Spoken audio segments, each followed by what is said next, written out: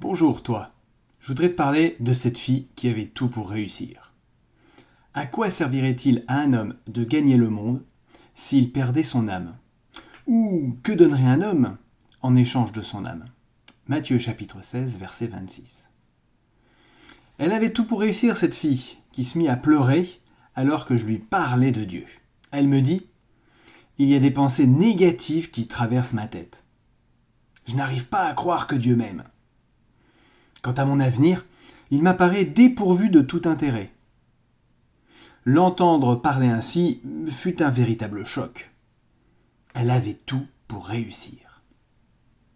Pourquoi refusait-elle de l'admettre? La réponse vint lorsqu'elle me raconta son enfance. Son père la battait chaque jour et sa belle-mère saisissait toutes les occasions pour l'humilier. Elle luttait pour se construire une personnalité. Elle doutait beaucoup. Je lui ai demandé de prendre une feuille de papier et de tracer 2 colonnes.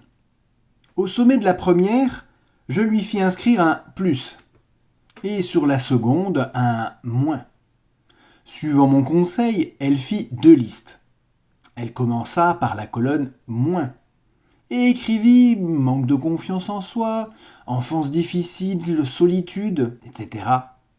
Je l'invitai alors à dresser la liste de ses points forts. Elle hésita, me jeta un regard embarrassé. « Es-tu laide ?» lui ai-je demandé. Elle ne l'était pas du tout. « Es-tu en bonne santé ?» Oui. La liste s'allongea et son visage s'éclaira. Elle découvrait ses possibilités, ses talents.